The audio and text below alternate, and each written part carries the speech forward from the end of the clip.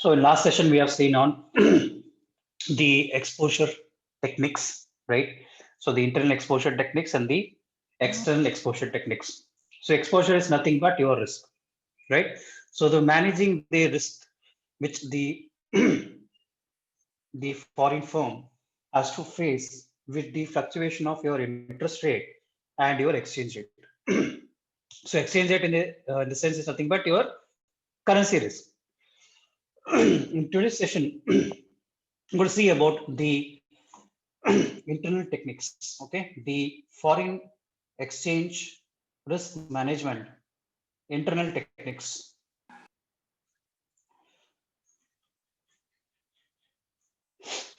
right? The foreign exchange risk management, internal techniques.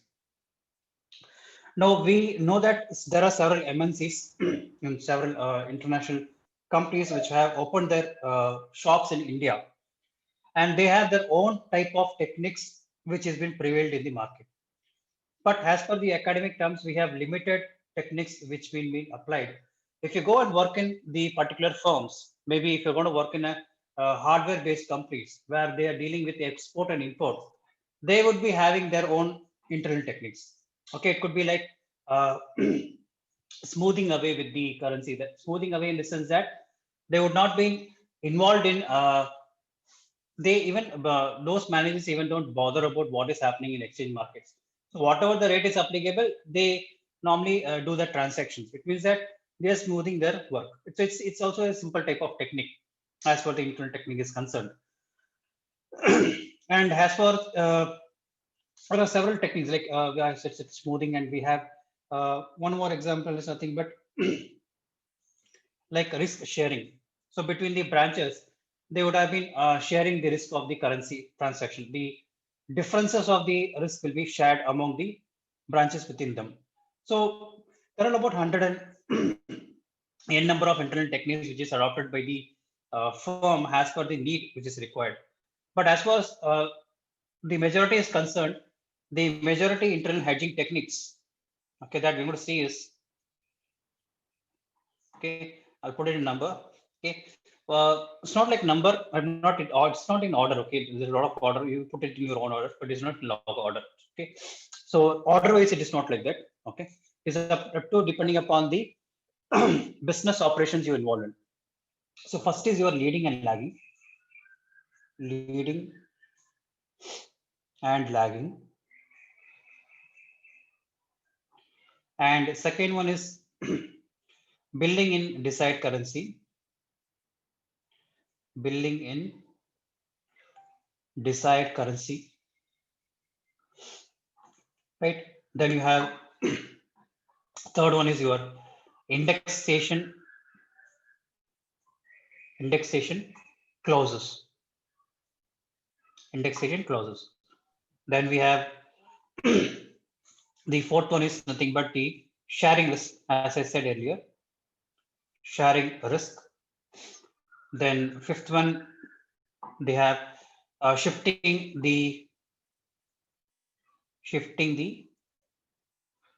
manufacturing base, shifting the manufacturing base. That is, if you feel that if the particular geographical location, you feel that lot of losses has been incurred in a particular branch, it is better that you shift out of that particular region to protect yourself from exchange rate fluctuations. The name itself says shifting, right? So you're shutting the business over there and running somewhere else. So it is normally what I can say is that like the conservative approach, right? Then we have sixth one is netting, right? Netting. Then we have seventh one is nothing but the re-invoicing center, re-invoicing center. Okay, you have n number of techniques, but majorly this has been seen in most of the corporate firms. If you go and work over there, you find the re-invoicing centers mostly prevailed in the market right now. Okay, so re-invoicing is nothing but it's a technique of centralizing your exposures, right? Or I can say it's a method of helping your subsidiaries, okay, to putting into a common platform. If you have several subsidiaries, okay, you are the parent company, and you have, say, suppose you have subsidiary 1, subsidiary 2, subsidiary 3, subsidiary 4. Okay, you have 4 subsidiaries. Even this subsidiary have sub subsidiaries. Say suppose S4 is having S4A, S4B, S4C. So I'm giving you a simple example for what is the re-invoicing center. Okay. So each of this, maybe you are a parent company, but you are dealing with a variety of products, right? Suppose you are in the food industry, right? And you are involved only in export-based operations. Suppose I put it more simple, Indian-based example. Suppose you are dealing with masala product. Suppose you say the S1 subsidiaries deal with masala product, then S2 deals with the biscuits. Okay, exporting of your biscuits, butter biscuits. Okay, then subsidiary 3 deals with the rice. Okay, and the subsidiary 4 deals with oil. From the oil, they have been categorizing castor oil, whatever oil you use for your castor oil, or vegetable oil, whatever oil, sesame oil, right? So these subsidiaries have been. So normally these are only your parent. You have just incorporated your company for the purpose of import and export of your products, the variety of the food chains you have. So now, what is this re-invoicing center? Every subsidiary will be having, suppose they are having the platform of the geographical location. Suppose it is in, you have opened a branch in somewhere else. Suppose it is in Malaysia, suppose it is Singapore, Australia, suppose it is in Europe, and this is in German. Okay. So every subsidiary has to deal with the exposure risk, right? So it is better that you separately do an invoicing. So it is opposite of your billing, right? So it is opposite of your billing of desired currency, right? So put it in red. So because these two are interrelated, right? So these two are interrelated, okay? So when it comes to the billing and desired currency, so each subsidiary will be billing that as per the region where they operate their business. So it is better that if you so normally you have to deal with the translation risk at the end, because you have to report to the head firm. Suppose the masala is in, say, Malaysia, and you have to report to the parent only in rupees, right? So there is an exchange rate fluctuation which has to be carried out. The risk has to be taken by you, and that translation exposure has to be done when you presenting your report. So it is better that independently billing the in the desired currency. It is better that you go for the re-invoicing centers. Nothing but the parent company will be the centralized one, okay, where every billing will be taken by the parent company. So that's a simple thing, okay. So whatever the sale which is taking place, so the bill will be generated by the parent company, right? So you keep this in mind. That is more than enough, okay. So we have a lot of thing has to be done, okay. So this too is over. Then we have the sharing risk. As I said, the branches will be sharing between themselves. Okay, this is it's like nothing but the, or I can say there is a contractual agreement between the buyer and seller. Okay, like who is going to share the risk? Okay, maybe you are the importer, and you are an Indian person. Okay, you're dealing in rupee, and there is an exporter who is dealing in dollar, right? So you people will have a contractual agreement. Say for a particular month, you face the fluctuations in the exchange rate movements, and next month I will be facing the risk in the fluctuation of the exchange rate movement. So here, what does it means that the purpose is nothing but to maintain the long-term relationship between the parties. So you people have the exporter-importer relationship will be very, very strong. That you people, both people have the common understanding, and you say that the commonly we are going to share the risk, right? So for second month, there will be high. Suppose there is an appreciation of your rupee, it means that the value of dollar comes down. So as an Indian importer, you said, sir, it is better that you are going to face the worst situation, right? By paying me in rupee. It is better that I will be facing the risk for next 2 months.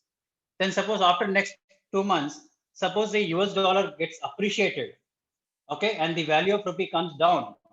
then you or the importer has to face the risk that you have to pay more dollar by paying more rupee, right? So the value of dollar will go high and you have to pay more rupee to buy the dollar. So it is better that you say that it is better that I will be share. Exporter says that, okay, sir, next 2 months US dollar will be appreciating. It is better that I will be facing the whatever the losses you do. I will face it. I will do adjustments according to the sale, the transaction that we made. So that is nothing but the sharing of risk. It's nothing but the contractual agreement between the buyer and seller who agree in advance to share any fluctuations in foreign exchange rate movement. So that is the common thing of sharing risk, right? Next is your shifting the manufacturing base. Shifting the manufacturing base requires a lot of thinking. Okay, you have to go for the approval process before the committee.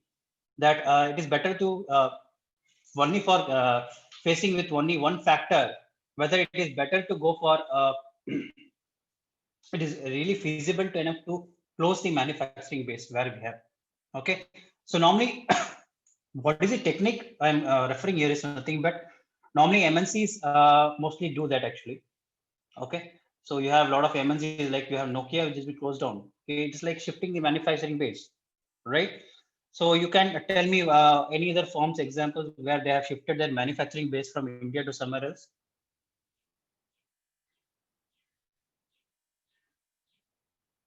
Any example that is coming in your mind?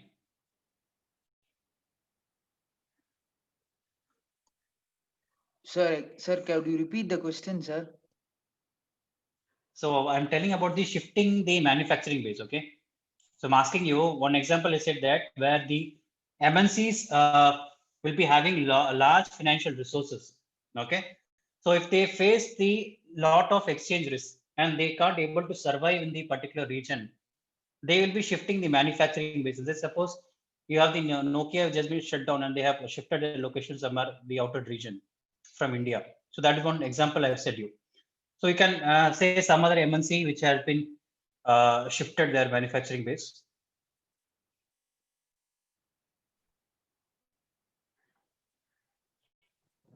Sir, out of India or they have Anywhere else, shifted from anywhere else, India from any to. region to any region. Sir, right now after the China uh, tension, Toyota is planning to come make in India, sir. So yes, so the one thing is that they are shifting their Sir, manufacturing base from TCS is China to China. planning to shift to Vietnam, sir, for their TV production. Yeah, yes, Even excellent. So iPhone that is also, also the sir. example. Even iPhone Yes, manufacturing base also planning to set their yeah. base Sholinganallur, sir. So excellent, excellent. So these are the examples, you know. So it's nothing but they are what techniques they are doing. They are doing the internal techniques. Okay, internal hedging techniques they are doing. Nothing but they are doing internal hedging techniques. So this is the thing that I have said you. Then we have the indexation clauses. See, whenever the term clause comes, it is entirely deals with your legal thing. Okay. Once you are more familiar with the international taxation sections, even it is really even difficult for me to remember the Indian taxation. Okay, whatever the direct taxes we learn, whatever the indirect taxation we learn, if we go and practice only, we can able to remember the sections. Blindly, we start reading the theory and we start solving the problems, and we think that we are experts in that. No, when you go and work and do and practice in a particular taxation area, it is very very large and very very wide. So you find even if you clubbing of income you people are going on, right? Clubbing of income and whatever the thing you people are reading, so section is only limited. When you go and practice in those areas, then you will find a lot of difficulties over there. Okay, so at times you have to go and refer the clauses. So clauses is nothing but the uh, ledger book for your sections, right? It will just give you how far the fluctuate, how far the various cases that you have to see the case loss. Okay, those have been summarized in thing actually. So when it comes to the risk internal techniques here, that what you would see is that it is related to your export and import of goods and services. So okay, how for the contracts or the agreements between the export and importer, whether it is okay or not. whether the terms and conditions which is included in contract, it is whether the particular bargaining strength is there or not. Okay, so normally this is done by the petroleum and the petroleum related agencies, or I can say the dealers who normally do enter into the selling of your petroleum things. So normally if you go there, normally they have the indexation clauses, because the petroleum are really dangerous. Okay, whatever maybe suppose something happens, they are more responsible for the environment and all. So these are like the indexation clauses. These are normally framed by government. Even though we have the companies, they have their own indexation clauses. So it is nothing but getting familiarity with the legal restrictions of the particular region. So in simple, I can say, but lot has to be discussed in that. But in terms of the exchange rate, I can say you have to see about the economic conditions. Okay, the price elasticity of the currency, how far the home currency will be depreciating, what will happen. Okay, these are the legal remedies you have to look out of in the clauses, right? So it is you for theory purpose you can do that, but to practice in this area, there are several professionals, legal professionals who normally they are available. Normally they are more specialized in transfer pricing and international taxation. If you go and see them, they specialize only in international taxation. So if you go and ask them, even you people can specialize in international taxation also. So we're very wide area, international taxation and transfer pricing. There are very, very limited professions who work over there. So I find if India, I can say only there are only 10 professions who deal with international taxation. So for that, you can do your first thing, you should have CS. Okay, company secretary is essential for that. Or if you're not having, you should definitely have a BL.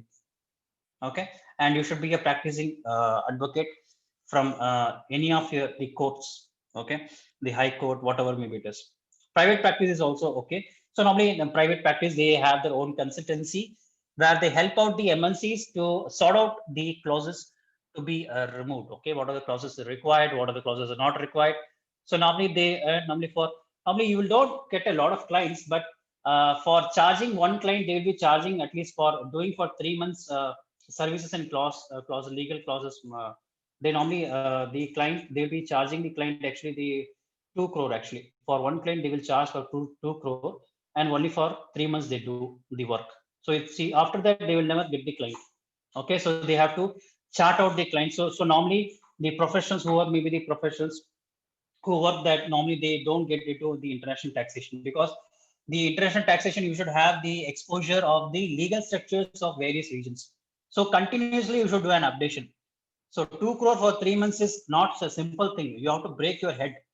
That is very, very important. So normally you guys will never get into that. I know that you people are sleepy people, so you will never get into that. Okay, even there is an opportunity existing there, you people never get. I know that. Okay, right. So this is your indexation clauses. Then billing, and I have think next thing we're going to see about the leading and lagging. So this is important. Okay, this is also important. So this is not important. So today we want to see about the leading and lagging. Okay, so let us get into leading and lagging. So what is this leading and lagging? Let me give you a very simple example. Right. I thought that I can give a simple example to work out the problem. Just a minute. It's gone out.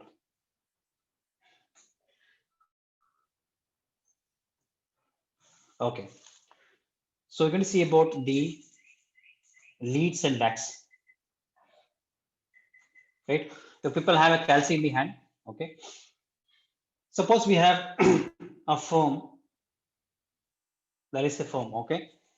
Suppose it is having the exposure to a foreign currency. Exposure to foreign currency. Okay. And there is a firm which has an exposure to foreign currency. Okay. It has decided that it can make payment in advance prior to due date.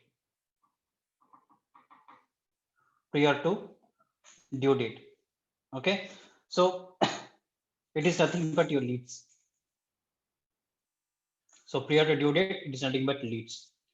The same way, suppose a firm, okay, which delays the payment delays the payment, okay, delays the payment from the due date, it is called as lags. Let me put it to some very simple plot. Suppose nothing but the firm. So what is the main thing, Kana? See, the firm has to settle the foreign currency account. I put it as FC account. Okay, there will be a credit period given to the whatever the exporter or importer what you deal. Okay, whatever the suppose you are selling on credit. You tell the importer, you are the exporter. You tell the importer you will be giving them the credit period to pay the particular currency. Okay, or in the same way, suppose you are the importer and you have decided to delay the payment. So the credit period is nothing but, see, there will be a due date of your credit period. Okay, suppose you are paying before, you are afraid that you are more exposed to your foreign currency risk, you will be paying prior to the due date. Okay, this is your leads. Okay, and after the due date, or I can say over the due date, if you delay the payment, then it is called lags. This is a concept of your leads and lags. So nothing new on that. Okay, so only thing is that the credit period, suppose beginning itself, that is prior the due date, if you're paying in foreign currency, afraid of whether there will be fluctuation in the exchange rate, you're afraid, and beginning itself you're paying before the due date, it is nothing but your leading. Okay, so when you feel that there is not much risk, then you feel that let me pay after the due date, whatever the foreign currency. So that is nothing but, or I can say the end of your credit period, we can say that is as lagging. So this is the simple concept of a leading and lagging. So one thing is that here, when you pay it in the beginning before the due date, so from the date which the prior date and the due date, so within that you would have put the money in some other bank and you would have earned the interest also. Suppose there is a bank which provide you the interest before the 5% interest is there. Okay, it is better that you would have invested in the particular bank and you would have earned 5% interest, and on that particular due date you would have paid in foreign currency, but you have lost the opportunity over here when you are paying prior to the due date. So why? Because you don't know what is on the due date. There may be fluctuation of exchange rate. Okay, so what are the opportunity that benefited 5% benefit your gain? Maybe there may be a minus 10% loss when you are paying on the due date.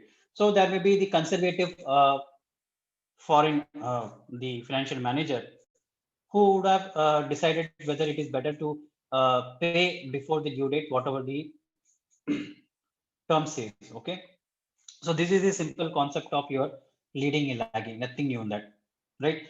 So this is the concept. Let me get into one simple example, okay, so that you people know what is the advantage you're getting out. Suppose we have a company called K Limited, okay, and assume that you are importing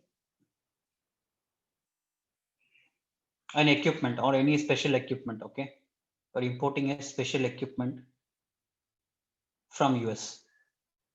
Assume that the equipment cost you something around $50,000. Okay, so you're importing a special equipment from US from an amount of say $50,000. Okay, this $50,000 has to be payable. Say suppose in 3 months. So in 3 months, you have imported a special equipment from the US. Okay, you are the importer and he is the exporter,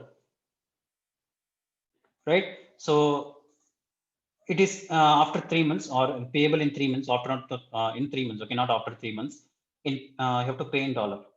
Okay, suppose we have the spot rate, the current spot rate, put is CSR, okay, current spot rate. Suppose the current spot rate is suppose $1 is equal to rupees 45.35 and the 3-month spot rate of your US dollar is rupees 46.50. Okay, in the same way, that is for 3 months. Okay, this is for in the same way, the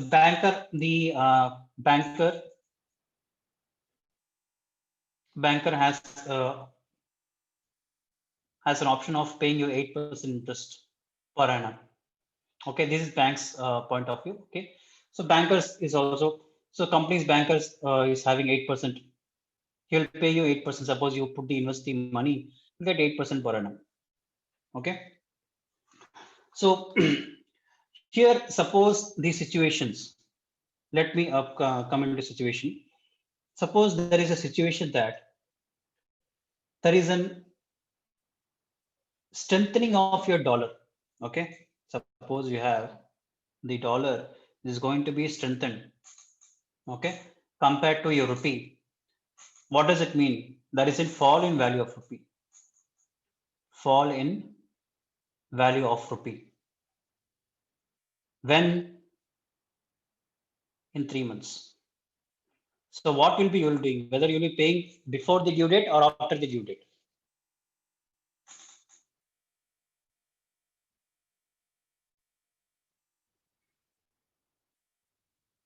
You're getting the question, getting the example, Sir, example what I'm telling. take a lead, sir. We will pay before the due Sir, date. before the due date, sir.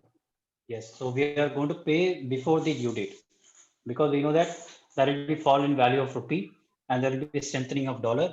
So we are really conservative. We are not that much expert in this one. So we are more afraid, and we approach the bankers and say, please help me out in paying before the due date. Okay. So after 3 months, you'll not be doing within the 3 months. So we'll be seeing how much benefit you'll be getting out. Suppose the thing is that, so how much amount will be paying? The amount payable,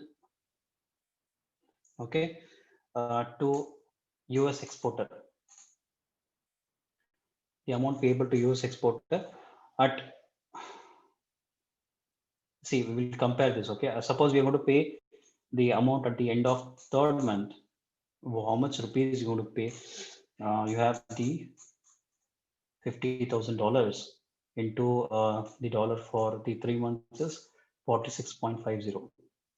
So how much is a rupee?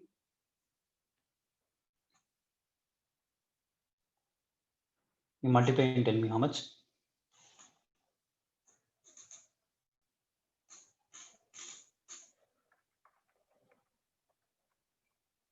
Sir, 3,95,25,000, sir. Which one? 50,000 into 46.50. Sir, sorry, sir. I took it as 8,50,000, sir. Sir, 23,25,000, sir. Okay, 23,25,000. Right. So this is the thing. Suppose we are paying at the end of 3 months. Suppose, as we said, we have adopted the strategy, the conservative strategy, that what strategy you have taken? We have taken the strategy of leading. Okay, so we are afraid that arey baap re, kuch bhi hoga. Okay, the exchange rate will fluctuate. So you're afraid, and the K Limited decides to make early payment. Right. So early payment is nothing but you'll be paying only on the spot rate which is available at that time, right? So you have the $50,000 into a spot rate at that time is 45.35. Okay, so how much we are getting, Pa?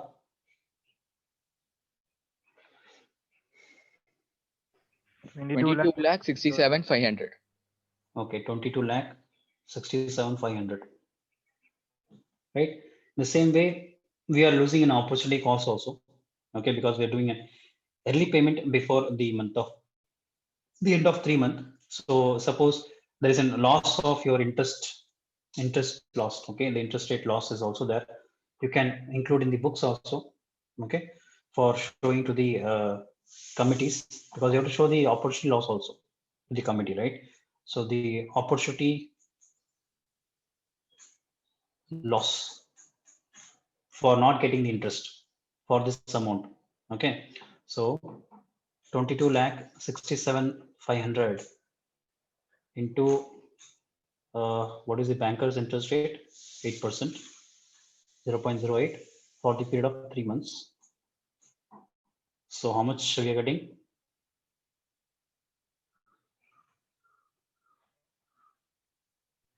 $45,350.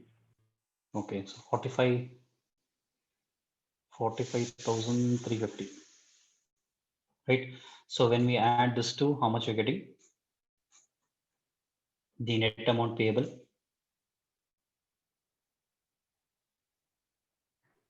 $23,12,850. Okay, 23,12,850. Okay, so what is the net gain we have due to lead strategy? You subtract this one, okay, this one from this one. How much is the benefit you are getting? Gain from the lead strategy that we have taken? 12,150. Yeah, so 12,150. Okay, so these are your internal hedging tactics that normally conservative financial manager adopts. The same way we do for lagging also. You can put your own example and you can do that. And the material I have also done that. I have written it clearly. Okay, so nothing to worry, but you have to assume some of the examples. That is very important. Okay, assume your own example and you can work out that. So this is the concept of your leading and lagging. Okay, so this is very, very important. This is a 10-mark question for leading and lagging. So next concept, we have the netting, right? So what is this netting? So netting normally is done between the banks normally, okay? It is not done between the brokers, but nowadays we have the brokers who are dominating the market. So even these people are also involved in netting. Okay, so netting is nothing but what is netting actually? See, it is really difficult for the international companies, okay, you can say the MNCs, where they can have the eye on how far the transaction is going on, or the day-to-day transaction or the day-to-day risk exposure, they may not be knowing it. Okay, so they may be getting the help of the some other parties, okay, to see the settlement of the receivables and payment, okay, to see the settlements of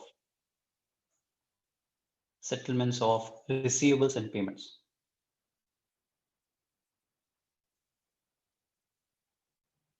Receivables and payments. So here the risk exposure that you have to hedge has to be done with the help of only the maturity dates.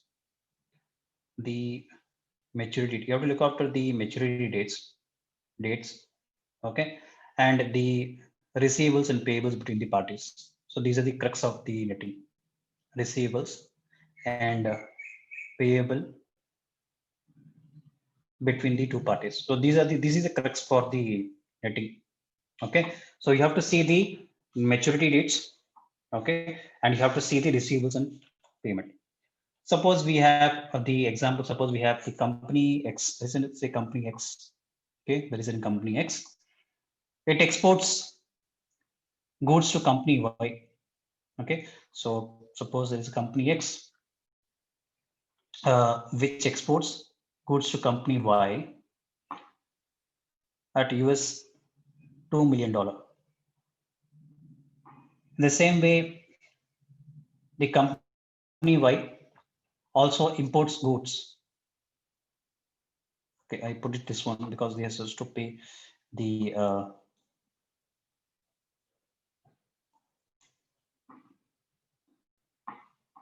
suppose we have the export of goods for 1.5 million from company X to company Y. Company Y has to pay $2 million. Let us assume that. Okay, so this is the goods which has been exported by company X to company Y, and company Y has to pay $2 million to company X. Assume that the maturity dates are different. Maturity dates are different. What will happen?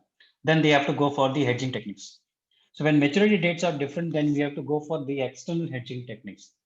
So since we are dealing with the internal hedging techniques, the movement of funds takes place between the same maturity date.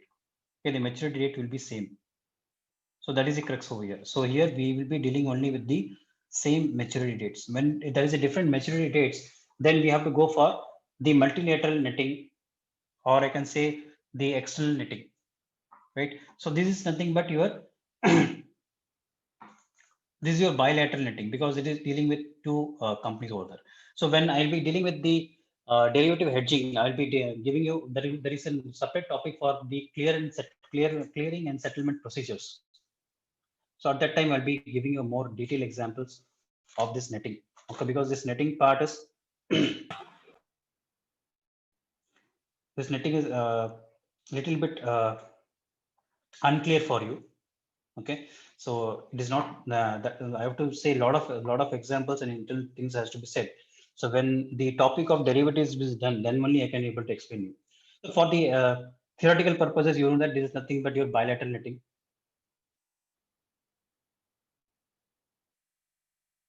Crux is nothing but the maturity dates and the receivables and payables. That's it. That's the crux of it. So netting is nothing but that you have bilateral netting. Okay, then you have the multilateral netting. So bilateral netting is nothing but the netting involving between the two parties. So what is the net amount over here? What is the net amount over here for these two parties? What is the net sum? Sir, 0.5 million, sir.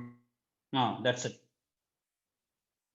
0.5 million is the net sum, right? So this is the thing that you have to see in bilateral netting. The same way the multilateral netting is nothing but mostly this is dealing with you are the parent company, as I said earlier. This comes under your the re-invoicing center, right? The re-invoicing centers, as I said. For this, you have the multilateral netting to be done. Suppose you are not suppose you are not having the proper operational risk.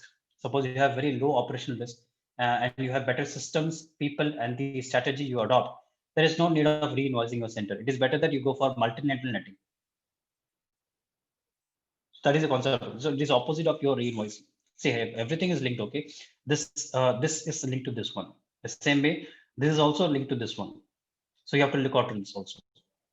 Right, every concept is different over here. So here, when it comes to multilateral netting, you are the parent company, and in the same way you have the one more subsidiary. Then you have one more subsidiary over here, then subsidiary 3 and subsidiary 4. Right. So normally, what will happen? It involves netting of your risk exposure among more than 2 companies. So here we have several companies over here. Okay, most are our companies only. But normally, now what we do is nothing but the internal part only. Na? We're not dealing with the external part. So we normally suppose there is an settlement of say $6 lakh to a parent company from subsidiary 1, and subsidiary 1 has to suppose parent has the liability to pay the US dollar, say suppose $250,000 to subsidiary 1. In the same way, subsidiary 1 has a has to pay to this US $4 billion. Okay, the same way the parent company has the relationship with the S4, and it has liable to pay US dollar, which is suppose we have the 100 lakh US dollars. So it goes on continuous, right? There's nothing but the give and take. The give and take is what?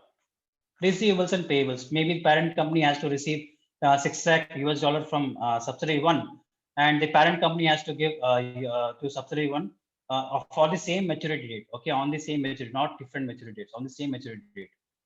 So what will be the net amount for between the parent and subsidiary 1? What will be the net amount for the parent and subsidiary 1? 3,50,000. 3,50,000. So who has to give 3,50,000? Either the parent company has to give to subsidiary, or subsidiary company has to give to parent company.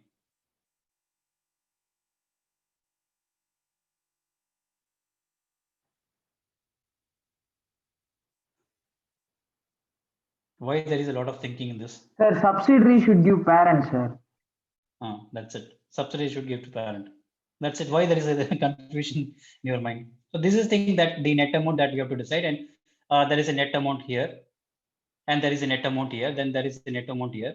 Then after that we compile all the net amount, and we have to go to the foreign currency account, and we have to adjust the amount who is liable to pay, who is it's like same like branch accounting, right? Like your department accounting, right? So here that we'll be having the netting accounts from the particular foreign currency accounts, and we have to adjust the accounts. So mostly we are in the internal control technique is mostly done by accountant only, right? Suppose you are the accountant, mostly accountant not be getting into that, but you should have some knowledge on for foreign exchange, right? So normally the professionals you have well exposure in the international taxation and transfer pricing. While transfer pricing, it is very good. Transfer pricing, like this last chapter is very interesting chapter. Okay, I'll be getting into more in depth on transfer pricing. That's a favorite topic for me, right? So at that time, netting once again comes up. So this is the concept of your bilateral netting and multilateral netting. So when we'll be getting into the clearing corporations, then we'll be getting into more. At that time, we'll be dealing with the margin, mark to market margin adjustments to be done. At that time, once again, netting will come. And while we're dealing with the clearing and settlement, once again, netting will come. So netting is nothing but the sum amount. It is from this internal part, it is entirely related to the receivables and payables of the same maturity dates. When it comes to the clearing corporations, we are normally dealing with the trading differences. When we are dealing with the trading of currencies, we are dealing with the broker's margin. At that time, also netting is there. So the same concept, but differs in different angles. So whenever the angle differs, your concepts also differs. Okay. From this is nothing but the transaction between your internal firms where you have to manage. So normally, broadly, netting has been classified into bilateral netting and multilateral netting. So you can write an example and you can explain it on your own. So is there any clarification of today's lecture? No, sir. Thank you, No, sir. sir. So we have done with the FARM, so financial exchange risk management relevant techniques. So these are the broad techniques that you can write for 10 marks. That is more than enough. So if you're going to explain this one, it will come under. If you write it simply, it will comes around 3 pages for you to write. Right. So with that, I will be ending the session. So with this, your unit 1 is over. So unit 1 is mostly related with your internal hedging techniques, and there are some left out techniques. Mostly we have done log box, cash management, and all, and types of risk also have covered. Then we have to get into. So I'll be next chapter. Normally I'll be combining 2, 3, and 4, and I'll be taking. So don't think that 2 separately I'm taking, 3 separately I'm taking, 4 separately. Every all the 3 units, upcoming units are linked. So I'll be switching, I'll directly getting into 4th unit. Once again, I will be coming into 2nd unit. Once again, I will be coming into 3rd unit. So don't think that separately 2 units I'm taking. I'm taking combined 3 units, okay? Because all the topics are interrelated, right? So with that, I'll be ending the session.